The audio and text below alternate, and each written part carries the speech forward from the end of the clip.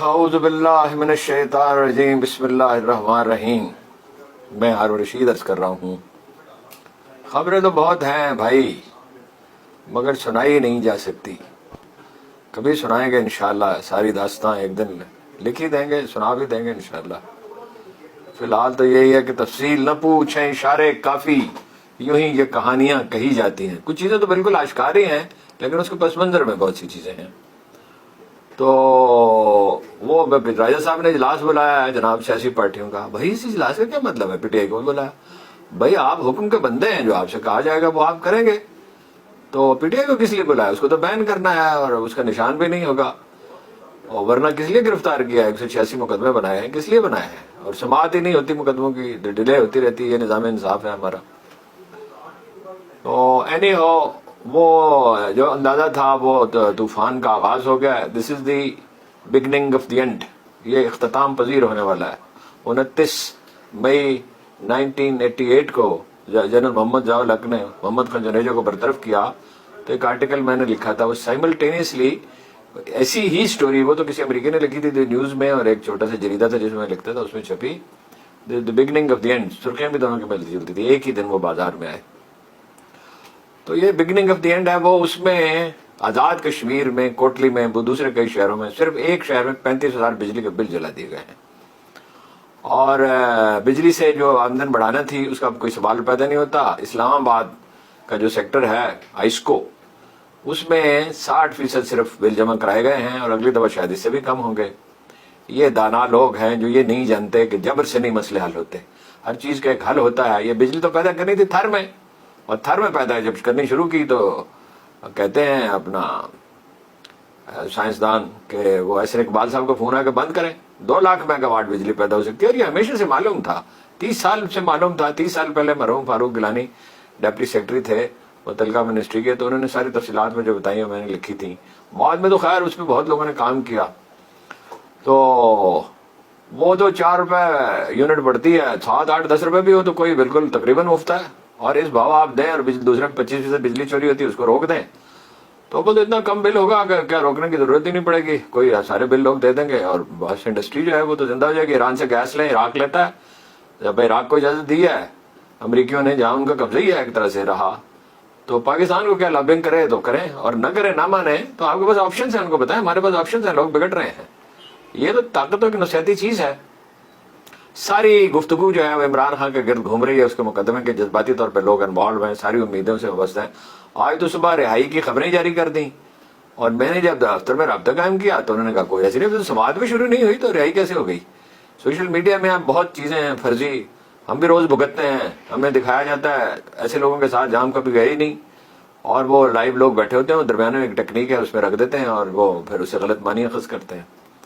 بہرحال دریا کا پانی اگر روکا جائے گا تو وہ تو پھر بڑی تباہی آئے گی, کیونکہ دریا کو تو بہرحال اپنا راستہ بنانا ہے. چٹانیں اس کا راستہ نہیں روکتی, ہمالا بھی نہیں روک سکتا. دریا اپنا رخ بدل لیا کرتا ہے. قدرت نے جو قوانین جو اللہ نے بندوں کے لیے بنائے ہیں وہ دائمی اور ابدی ہیں, اور کوئی شخص ان میں تبدیلی نہیں لا سکتا, کوئی طاقت تبدیلی نہیں لا سکتی. مرحوم ظہیر کاشمیری سے میں نے ایک دفعہ عرض کیا, وہ بڑے سوشلزم کے حامی تھے, بہت ہی عالم فضل آدمی تھے, کہ بھائی انسینٹو سسٹم ہی نہیں ہے, لوگ کام کیوں کرے روس میں. لینن کے زمانے میں ترقی بہت تیز رفتاری سے ہوئی, مگر بعد میں پھر 60% میں تو کچھ بھی نہیں ہوا, تباہی ہو گئی. اور انتقال اقتدار کا نظام ہی نہیں ہے.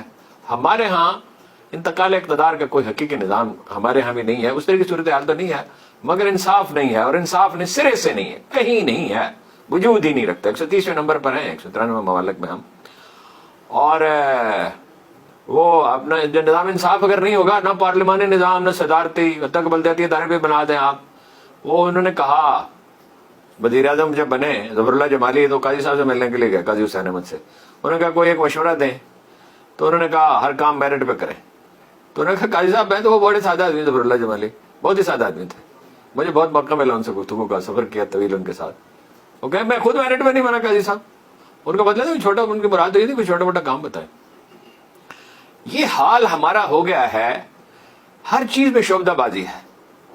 وہ اپنا الائی میں صاحب خان ہے, وہ ان پڑھ لڑکے نے, نوجوان نے, جو نہایت قابل محبت ہے اور ایک ہیرو کے طور پہ یاد رکھا جائے گا. وہ ایک آدمی کو ہیلی کاپٹر سے نکالا گیا اور باقی 7 آدمی تو اس نے نکالے، رسے سے لٹک کے وہ وہاں تک پہنچا، اور وہ پتہ چلا، وہ انٹرنیشنل میڈیا سے بات کرتے ہیں، وہ پشتو کے سوا کوئی زبان نہیں بول سکتا، کہ وہ تو مدتوں سے یہ کام کرتا ہے، اور اس کے باپ بھی، اس کے دادا بھی خاندان میں وہ بناتے بھی ہیں یہ چیئر لفٹ۔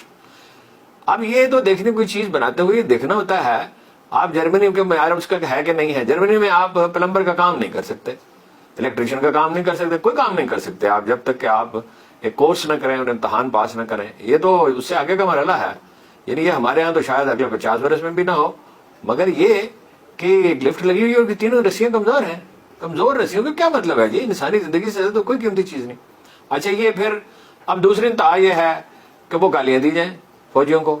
ارے بھائی انہوں نے کوشش پوری کی، اب وہ ہوتا ہے بہترین کوشش کے باوجود نتیجہ نہیں نکلتا، اللہ نے اسے عزت دینی تھی اور وہ اپنا اس نے کر دکھایا، کوئی معاوضہ نہیں، جتنے آپریشن کیا اس نے کہا مجھے یاد ہی نہیں کتنے دفعہ کیا، پورے پختونخوا میں، آزاد کشمیر میں، جگہ جگہ پہ، شمالی علاقوں میں، تو وہ یاد ہی نہیں، انہوں نے کہا تو وہ بناتے بھی ہیں۔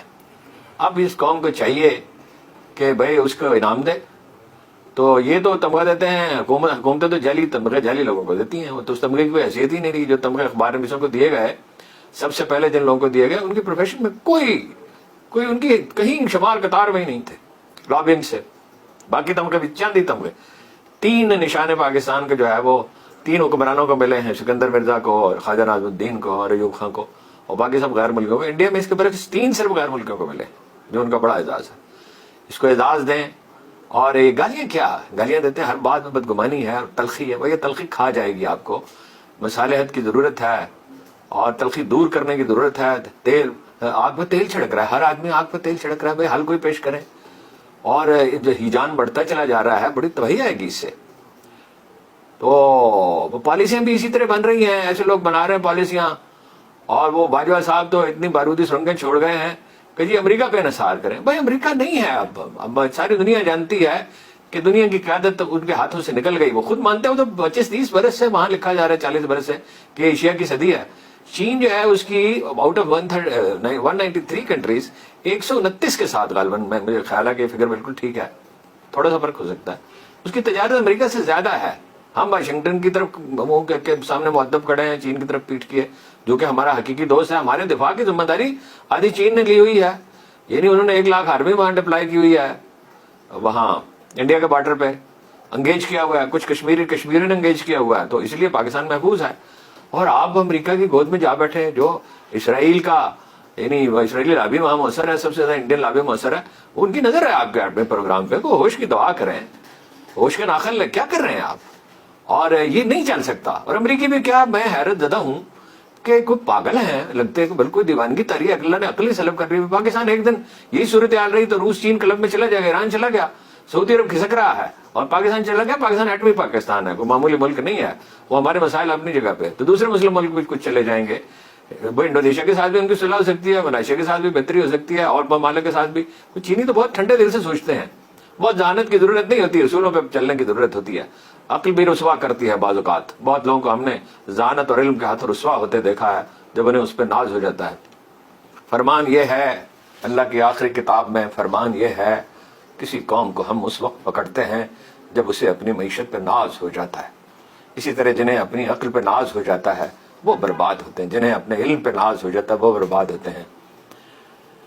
تلبیس ابلیس مشہور کتاب ہے، اس کو پڑھیے، اور کشف المحجوب کو پڑھیے، جناب علی بن عثمان حجویری جنہیں ہم داتا گنج بخش کہتے ہیں، وہ گنج خزانے نہیں بخشتے تھے، بھائی روپے پیسے نہیں دیتے تھے لوگوں کو، علم کے خزانے تھے ان کے پاس۔